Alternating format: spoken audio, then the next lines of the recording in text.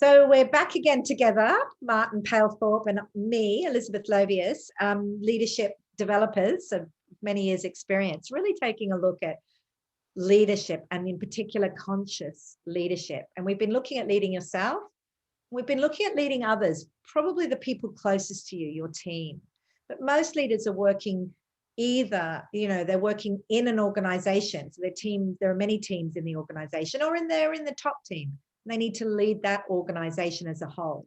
So we're going to take a look today at how conscious leadership relates to when you're leading in the wider sense of organization and even society. So if you want to influence out. So what do you see about conscious leadership as it relates to an organization? So I'm going to come back to my favorite point to start off with, which is I just love the word conscious leadership. And what that means is we have to be conscious. We have to be aware in order to lead. And in order to lead successfully a wider organization, we need to be aware of it. And really, because it's an organization of human beings, we've got to be really connected and aware of how the organization feels, what the heartbeat is, what the culture is, what the morale is like. And the more aware we can become of that, the more clever we can become in leading the entire organization. I love this. This speaks to my heart, because I'm going to say it in another way. As a woman, I'm going to say the feeling,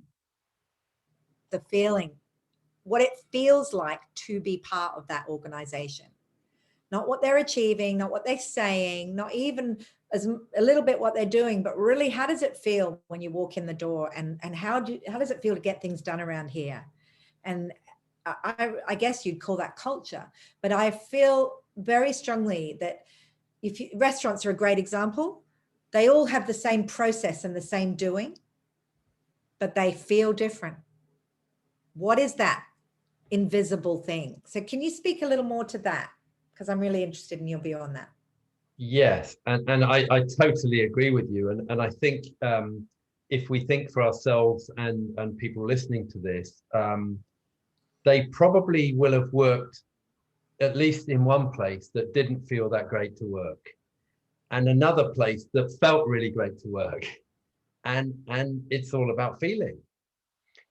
And so the more we feel energized, positive, energized feeling, the more inspired we are, the more engaged we are, the more fun we have, the more productive we are.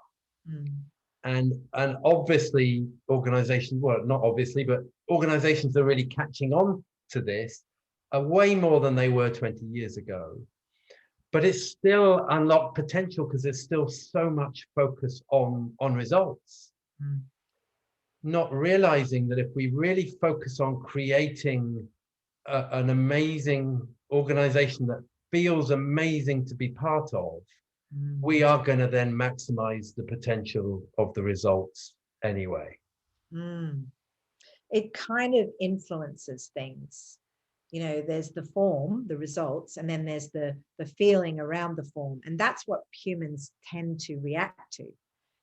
Tone of voice, or just how they're treated. These are all human needs. We want to be treated with dignity and respect. We want to be, seen as not as a, what do you call it? Like you said earlier, press the button, go, that we want to be seen as human and having human needs. And these are all kind of in the feeling end of the spectrum. So I know that both of us are interested in the work of Richard Barrack, and he's written some amazing research-based papers, academic papers, on the impact on performance from the quality of the culture. Have you got anything to say about that? Because that seems to be what we're saying here. Yes, and well, I before I go into the Barrack model, which I'll touch on, I'll more simply put even than that is that what are we trying to do? Well, we're trying to maximize results but we can't do that by just focusing on maximizing the results. Right.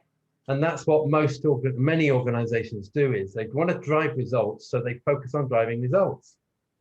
And if they're ticking the well-being box or the happy culture box, they're kind of doing it because they think they should. And it becomes quite a task. You know, yes, we'll give extra days off, or we'll do duvet days, or we'll have a pool table, or we'll, have this benefit or that benefit, which is all sort of ticking the box of nice culture, but isn't the feeling that we're talking about, earlier. Thanks for that. So Barrack, yes, Barrack's model is an awesome model, and he talks about the 7 levels of consciousness. And simply put, of course, an organization at the lower levels needs to have a healthy focus on profit. And to drive profit, it needs to have an effective focus on being efficient and having the right systems and processes in place. But all the research from Barrack, highlights that that's not enough. We've got to have all sorts of other human elements in place that really create the best environment for our people. So, are there good relationships? Is there a growth mindset? Is there a culture in the business that is inspiring and energizing people? Are we really collaborating internally with our people? Are we collaborating externally with our suppliers and our partners? And the highest level, are we really thinking for the long term? And are we really thinking in a socially and environmentally responsible way for the wider humanity? And what his research shows is that for organizations to be high performing and successful sustainably for the long term, there's got to be this broader focus in how we lead an organization. I absolutely love this. And as you know, business as a force for good is very close to my heart. And businesses that balance profit with taking care of people, which you're talking about, but also the planet, which is our home, that combination is a wise business, is a forward-thinking business. And this starts to speak to our business's role in society and organizations' role in leading society. And I'm really, I've written a few articles about this. And one of the things I say is, business is the problem and business is the solution. Yeah, lovely. Love it. Yeah. And I think it's about waking up to this conversation. And you and I, I've got tears in my eyes. You and I are both so passionate about this. We've changed our lives. And you even more than me, to be in alignment with something we're waking up to, which is, our role individually and collectively at this time to look after our home. Say some more. I know you're passionate too. Beautiful. So love it. Out of all these conversations we've had, this for me is the point. I'm waking up and going, oh my God, we've look at the poverty we've got in the world. Look at the inequality. Look at the discrimination. Look at the environment, of course. And we're slowly waking up and going, oh my God, the way that we've been living is not sustainable. The planet's going bust. We've got serious issues to this very planet that we live on, and no longer can we just turn a blind eye to it. It's going to impact us in our lifetime, but it's certainly going to impact our kids majorly.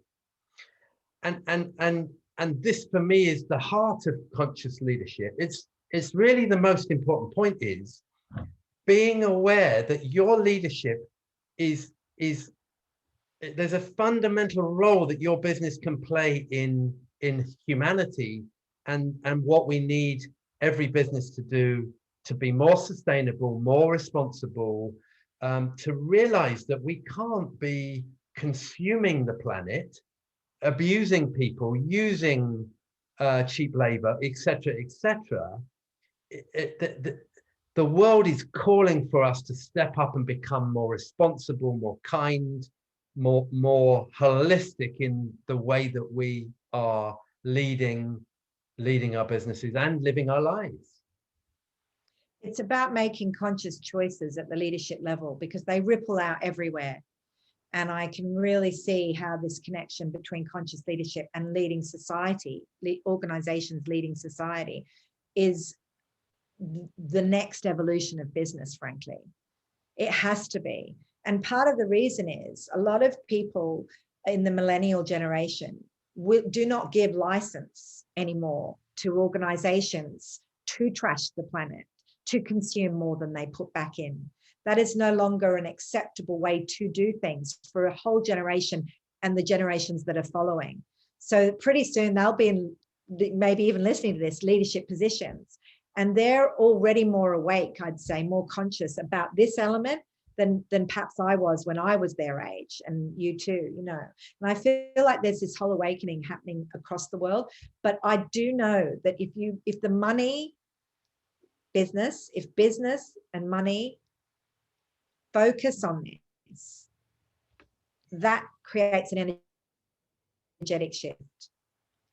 If a business puts this priority of social responsibility to the planet at the center of its decision making, that energetically changes things. And I think it's happening already, and I think it's coming. And I think there's certainly green shoots in this country I've seen. Yes, I agree with you. And yet, a business leader listening to this still can choose to lead their business very driven and focused on making money for themselves. Absolutely. And so, well, there's two, they can still do that. But I think what we're saying is, I think I see two elements, Elizabeth, here. One is we're saying society's changing so rapidly that they're going to need to get on board with it.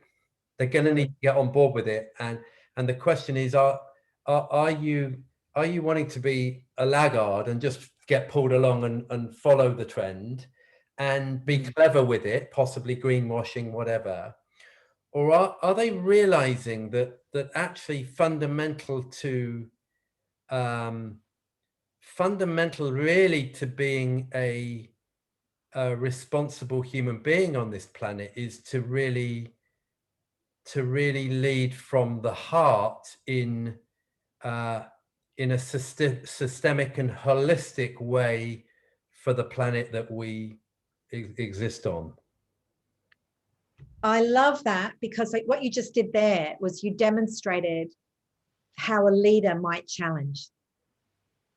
I love what you just did there. It's just such a good example of putting down a challenge. And you don't have to pick up the challenge if you're listening, but if you listen to your heart and you listen to your humanity, you will hear the truth. And if every leader, whether they're leading a team or an organization or a whole country, if they were to start where they are with what they have and do what they can in this direction, that would make a huge difference. It's like the snowball effect is occurring, right?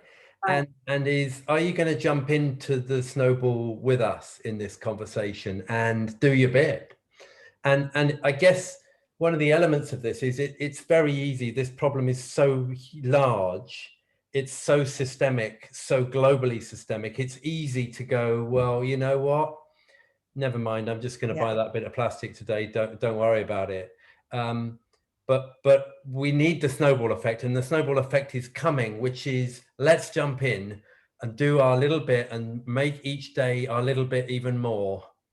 And before we know it, we're going to catapult ourselves into a new way of existence on the planet. One leadership decision, one conscious leadership decision at a time. Yeah, wonderful. Yeah. So look, go ahead.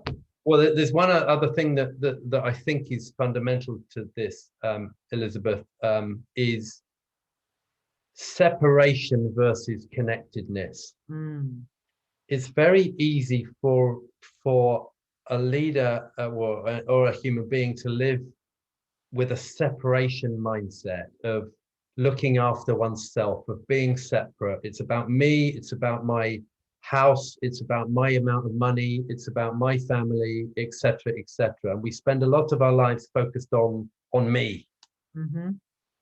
And yet we have to evolve, we have to wake up and realize that we are all and everything is connected. Mm. And no longer can we live in this separation mindset, because it's all connected. So it's all connected. So if we're consuming the planet and abusing it, well, the weather heats up, that's going to impact, where I get my raw materials from, or the cost of my raw materials. Yeah, everything's connected. So it's coming to get all of us. Mm-hmm. Because everything's connected. And so the more we realize that, the more we can start to think and operate for the whole and play our part in it.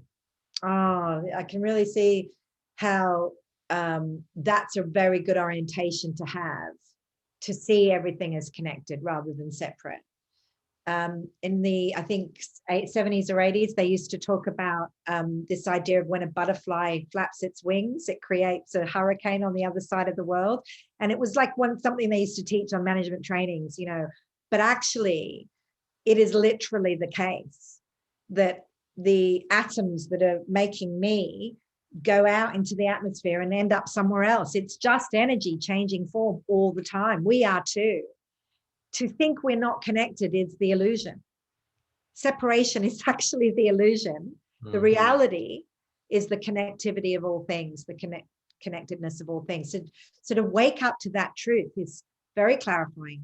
And I can see how it directly impacts the way we would behave when it comes to leading organization and society. I think that's a really great piece of insight to wake up to.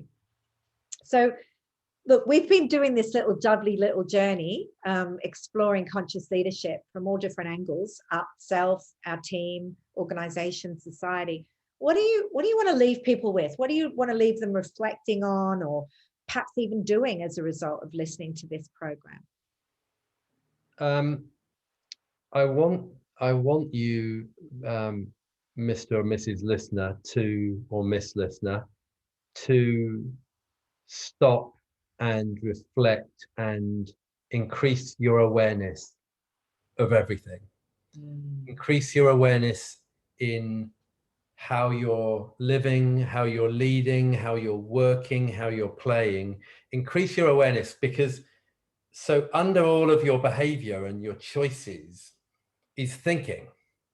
It's thinking, it's belief systems, it's conditioned thinking about and values, and all of our thinking underneath our actions, and our actions then just come out, and we just typically do in life. We live the way we live, we lead the way we lead, etc. And often we're on this fast hamster wheel, so it's kind of a little bit unconscious. We're just doing, I just am the way I am, is often said. So my invite to you, if you're listening to this, is to become more conscious. To become more conscious and realize through consciousness, you have the ability to evolve how you live, how you lead, every element of your work and your life. And that's the journey, that's the exciting journey to go on, to be a better human being, a better leader, have more impact, and have more success. Oh, I think that's absolutely brilliant. And I just want to add one little point to what you've said, because it's just a great place for us to land. Being conscious itself creates change.